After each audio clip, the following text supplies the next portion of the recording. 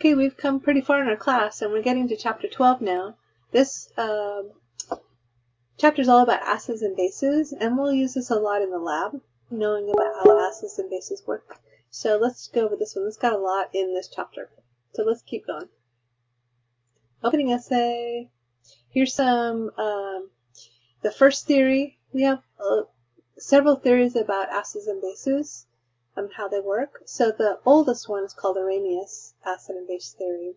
So understand what there's what this theory says. It says that an acid donates an H plus, and we can call that an H plus, or we can call it hydronium. This is really the way it looks in water. It doesn't look like that just by itself. So this is called hydronium. And there's some examples of Arrhenius acids there. So get used to the names because we have to know those names. Arrhenius base is something that has a hydroxide and OH minus, and so that's called an Arrhenius base.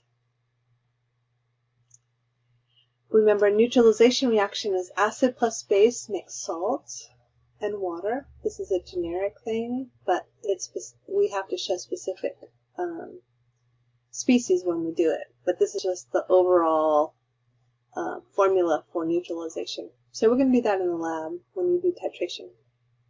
So make sure you understand this, very important. And then the second theory we're going to talk about is Bronsted-Lorentz bases, and this is a more general theory about what an acid and a base is.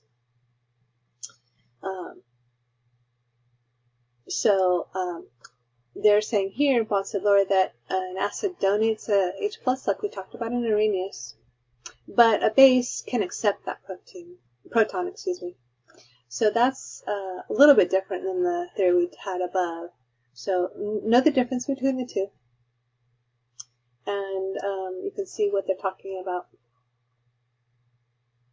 here. Some things can be epiteric, meaning they can act as an acid and base depending on the situation. So water is one of those examples. You should know what a conjugate acid-base pair is. So take a look at this, understand it, try some yourself. Try some examples yourself.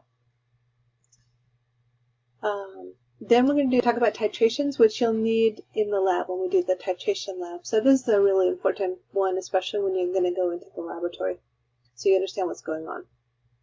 Know all these definitions because it'll help you a lot when we do the lab.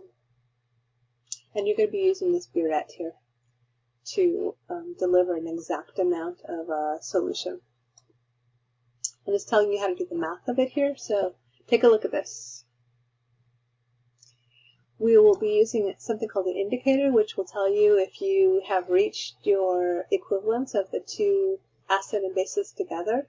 So learn about indicators. And sometimes we have things that don't completely ionize, and it could be called a weak acid. And so read through this so you understand that.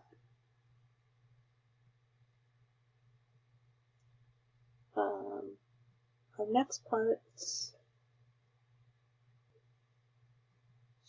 is understanding how water can break apart into pieces, and that's called the autoionization of water. So this is an important concept. Water can be amphiteric, it can act as an acid or a base. So this math will be important when we talk about pH. And this formula is something we need to know. So we can use this information to help us figure out pHs, which means how acid or base something is.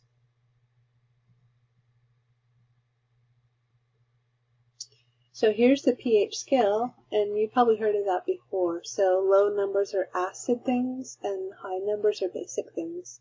So we'll use this formula right here to figure out the pH of something. So these brackets mean molarity. So that's why we had to learn molarity first. So like I said, tree builds on itself. So we use the molarity we'll learn back a few chapters, and we'll use that now to figure out pH. So go through those examples, know what pH and what pOH are. And then the last thing to know about is buffer. So our bodies use a buffer to keep the pH of our bloodstream really steady. So learn about buffers. They're important, especially if you're going into medical fields. And they're useful in foods and other solutions so that the pH will not change. So they're used in a lot of different ways. And here's the end of the chapter material, so here's where your homework is. So good luck. I hope you enjoy the pH chapter. Have a great day. I'll see you soon. Bye-bye.